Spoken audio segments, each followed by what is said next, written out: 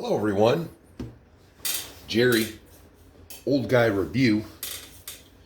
So, was doing a little tinkering on the shop today, and I promised you guys this because a lot of you wanted to see this truck, but I was concerned because technically, as far as I knew, they weren't making them anymore. Seems I was wrong. I don't know if they're making them still, but they're still available. So anywhere from $360 to $400. I saw a bunch of them for sale. Different hobby stores had them. There was some places that don't really seem like a hobby shop that have them. eBay has them. This truck, poor timing on HPI. Oh, well, let me take one step backwards because there are hop-up parts galore. And pre-researching this video, I found things I need. So there's support in effect for it, and I still feel that this truck, even with HPI's poor timing, this probably could have saved the company if they would have got these in people's hands in the quantities that people wanted. I know just from my experience, my hobby shop had ordered 10 of them. He only ever managed to get 2. So, here's one. I don't remember what happened to the other one. But, I didn't necessarily want this sand color. But I just wanted an FJ Cruiser. And I took what I could get. Now, this is a 13.3 wheelbase. The FJ Cruiser probably should have went on a shorter wheelbase truck because they definitely extended a lot of the body to make it fit on this chassis. But meanwhile, they didn't skimp. Now, I think of HPI in this aspect the same way Traxxas was. The rock crawling was huge. Traxxas wanted to make sure when that TRX4 came out, that it was going to dominate. It was going to be completely different than anything on the market.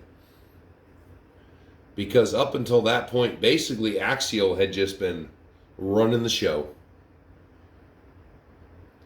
The TRX4 came out, first real competition. Now, HPI, with this truck, with a lot of innovation on it, it really, I felt, could have been a real contender. So, I'll quit with the talking. Well, I'll still be talking, but I'll get with more showing. The truck itself, the body, beautiful. Good thick Lexan.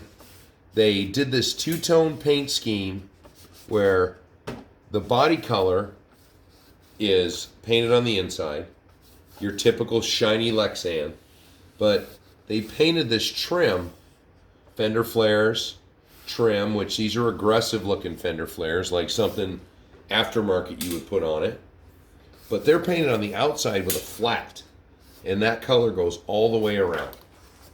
It's back around the bumper area, goes all the way around. Nice little touch. The spare tire, a lot of people don't like spare tires on the back, but instead of just throwing a willy-nilly one on here, a lot of Lexan bodies that I've noticed with extra hard doodads, this has got the roof rack, this has got the mirrors, tend to be floppy. Because of this unique little setup they've got, the tire carrier not only folds up and down, but it's got this little clip on it that mounts to the body. So it's extra security. So, body-wise, excellent body. Oh, they have the black around the Toyota emblem also. It's an excellent body. But where the goodies start is underneath. Oh, so when you're dealing with aftermarket light kits, I got that one finally. It's done and out of the way, so you don't see it through the window anymore, except for this roof light that wasn't long enough. I just didn't care to splice it. A lot of times I decide I don't like light kits and I move them to another vehicle. So, this truck as it sits, you know, if you watch any of my other videos, this is all smooth plastic. I did my normal rubberized undercoat, painted up the toe rings.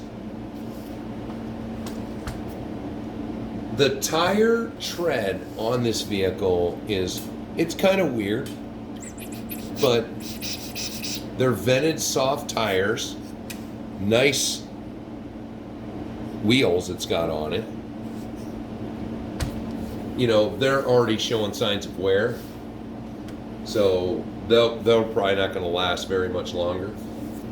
But this truck is just full of innovative features that you didn't see on some of the other trucks when it came out. They really thought it through, took their time, didn't take it enough to still be using Tamiya connectors, but a lot of the stuff you see on the conventional rock crawlers, they skipped some of it.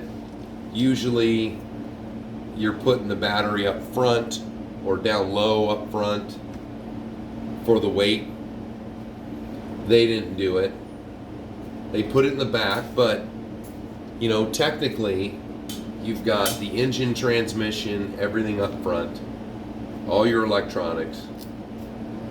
You know, it's a little bit high, but not bad.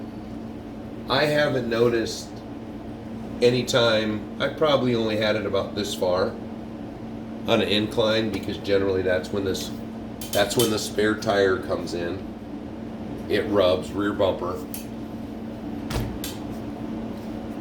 But what I noticed with their ingenious little transmission setup is you've got the slipper clutch on the output shaft to the transfer case.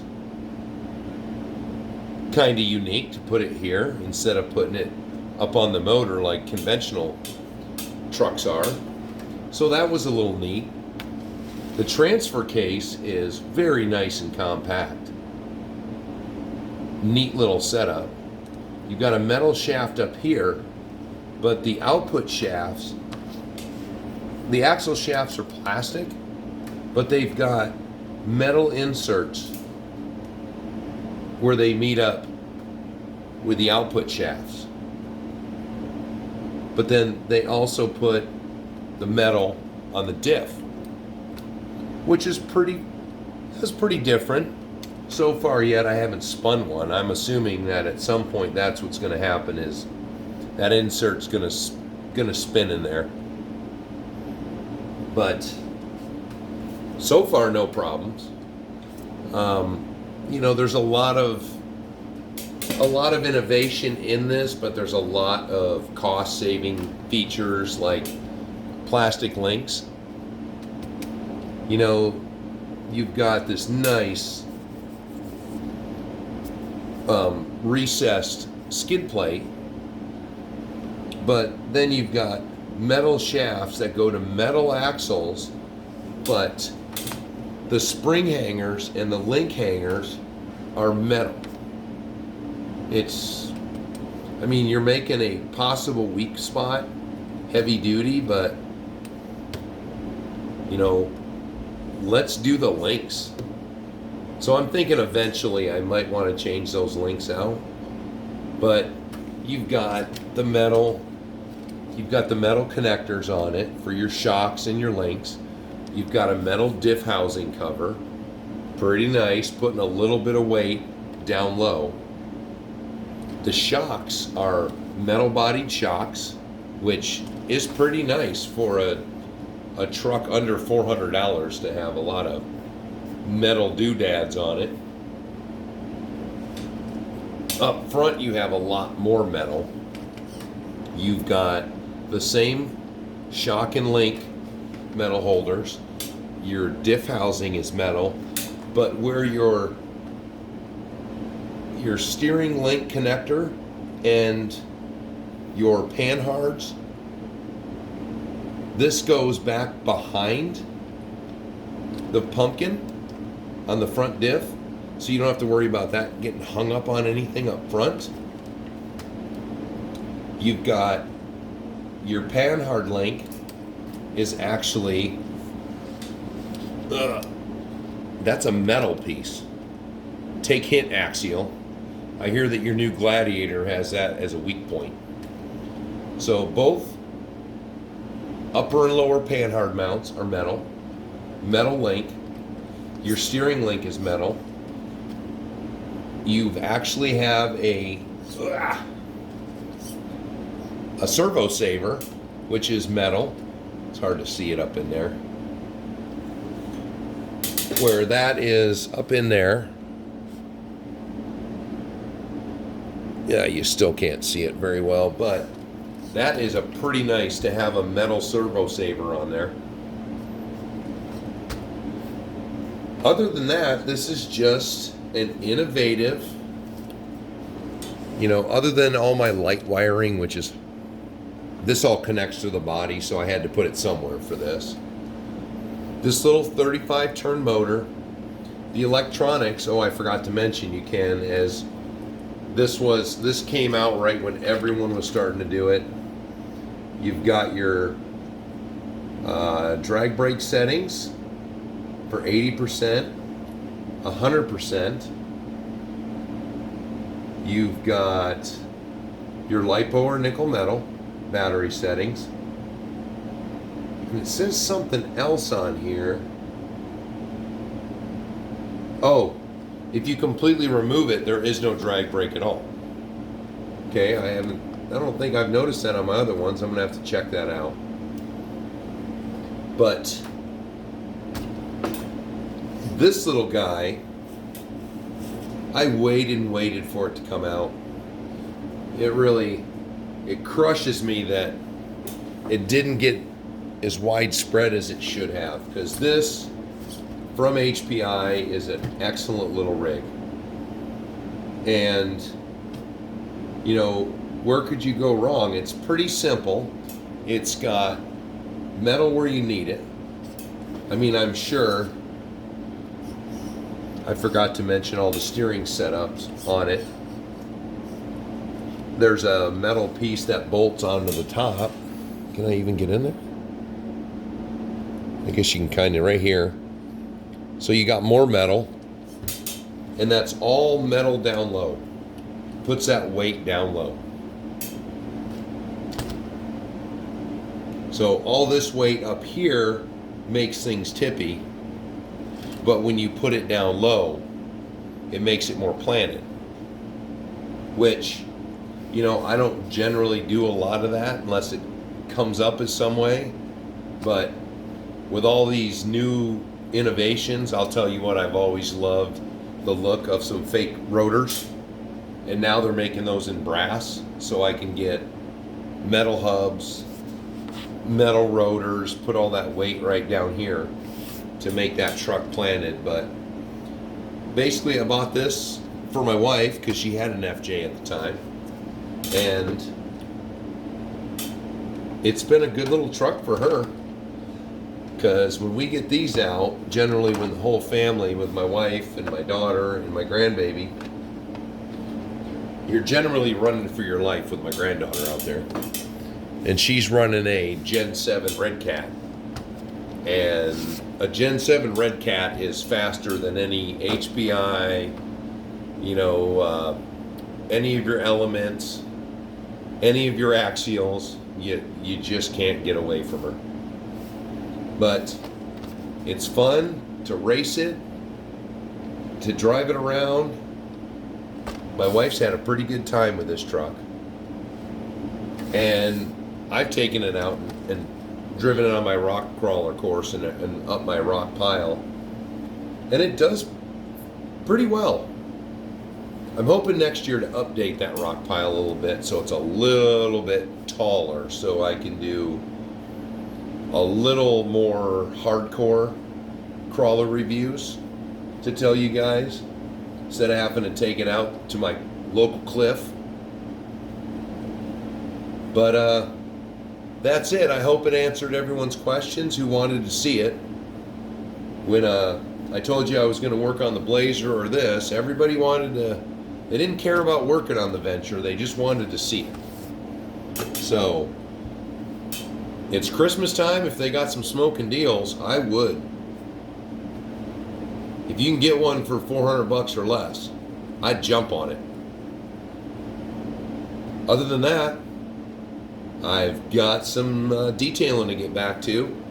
So let me know what you guys think. Was that good enough? Do you need more of the Venture? Like and subscribe and hit that notification bell. So anytime I feel like rambling on about something, you'll be the first to know about it. Later, everyone.